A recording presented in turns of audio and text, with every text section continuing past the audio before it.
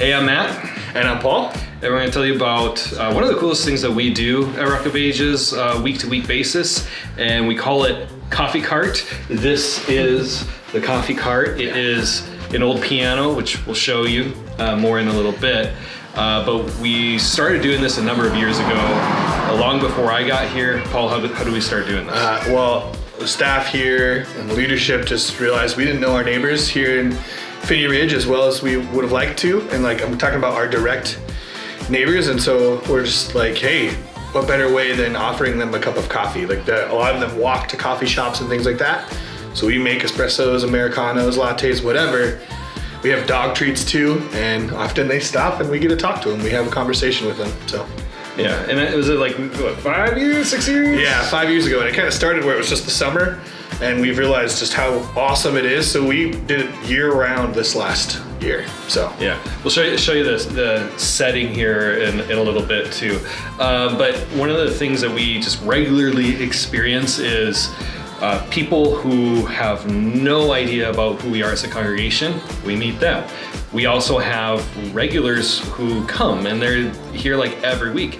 And when we don't have it, we hear about it a lot.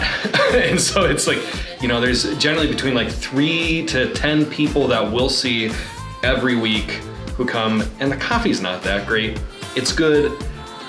But Seattle is just Some would amazing. argue with Matt and say that it is. It's good, like it's good, but we live in Seattle and it's amazing coffee pretty much everywhere you go. And so they don't come here for even the free coffee usually. They come to hang out and to have some connection with us. Usually hang out for a long time too. Yeah, and so it's really kind of cool. I'll show you how this works here. All right, so generally how we have this worked out. This used to be an old piano bench. It's been gutted, not bench, old piano. It's been gutted. And actually this is an old pew bottom on there. Is this, I don't know, it's cute. It looks cool. And then we have this just one espresso maker, and that's kind of tactical because it takes a while to make stuff. And it's kind of got like a crummy, not crummy, it's not bad. It's just, takes a while. It's a milk frother. And the key thing is it takes a while, and then people need to sit and talk with us. Yeah.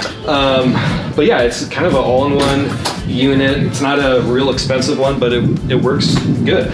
And then we just like store our milks down here, and usually just get some ice or freeze one of these guys, and that's our fridge for the 2 hours that we have this going. And it's really easy. We even got dog treats. I'll tell you this, that a lot of our people come by because their dogs want to come by because we have dog treats, and then they get a coffee because their dog brought them over. So. Yeah, that's usual. And then maybe sometimes the people are hungry for dog treats too. Who knows? We've had human grade dog treats. Yeah, we actually have, and they did not. I ate one. I did. Yeah. Anyways, so that's kind of what we do. Our setting is pretty cool.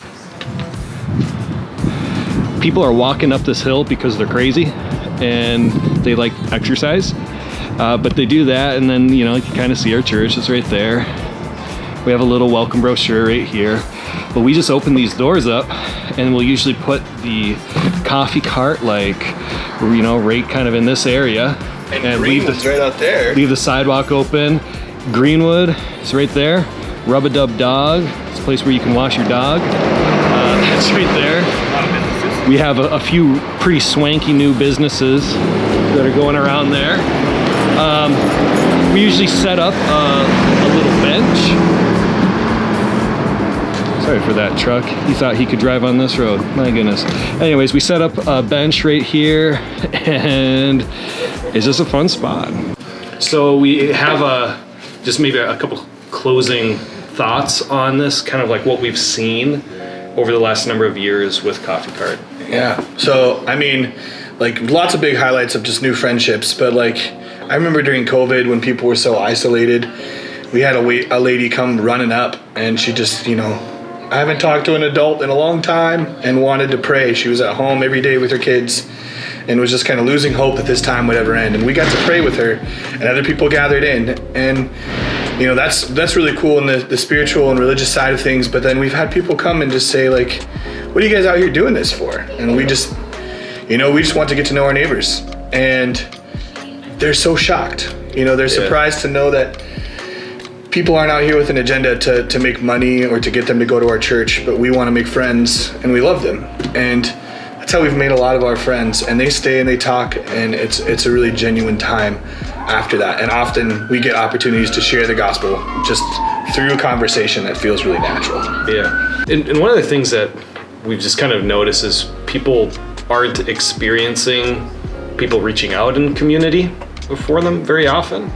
It's kind of a rare experience for someone to have someone say, hey, I'm not asking for anything from you. I'm just offering myself to you. I'm a friend. You can find me. That's not a normal thing in this world. It's very abnormal in Seattle. There's a lot of distrust of people, and for us to just be regularly making ourselves available as friends to people is a pretty big gospel statement to them. And so, I mean, that's one of the huge things that we've noticed is it's just it's us taking on the posture of, we're here for you. We're here to be your friends. And, we're here, if you want to get to know us more, there's a reason why we're choosing to throw ourselves out here and, be generous towards you. There's a reason why we are doing that, and it's because of Jesus. And so we do want people to come to our church, and we have had people come to our church and are regularly involved in it. But the two things that we see is, one is other people are able to see that we aren't selfish in that way. We're generous, and we're wanting to be generous towards them and to give them something without expecting something in return. So outside, it's really cool. Inside, we notice that this is like a ready-made laboratory, if you will, for our people to learn to be good friends to people that they don't have regular connection with. And then we're hoping that enables them to be good friends in kind of more the high-risk situations like family and regular connections. So it's a way for our congregation to practice being hospitable. And it's a way for people outside of our congregation to experience hospitality in ways that they maybe don't normally. Yep. So that's kind of how we've been experiencing it. It's really exciting every Saturday. I look forward to it each week. Yeah, and it's really fun too. Last thing, but we have some doubters who've kind of been, so what are you guys talking about in church right now? Kind of questions, and they want to hear. They want to know what we're talking about in God's Word. So it's really awesome. It's really, really awesome. Yeah. I hope you consider doing something like this. And if you're in a congregation, you're not part of Rock of Ages, I hope you consider doing something like it. Don't copy it completely, but do something that fits, that accommodates what we're doing, and your setting. So, I mean, consider that. And if you're part of Rock of Ages, or you care about this ministry going on, I encourage you to support us. Be praying for us Saturday mornings. Again, it's 9 to 11. Be praying that people show up and that we have really good conversations with them. And then also, consider giving financially. Coffee costs money. We often get that donated. Milk costs money, and that's often also donated, but it takes regularly planning it, and it takes buying the syrups. It takes buying all these other things, and cups and lids, and all these sorts of things. Yeah, dog treats are expensive, actually. And so if you consider supporting us in that way too, that helps, and that'd be you taking on a role in this evangelism effort here. So thanks. We'll see you next time.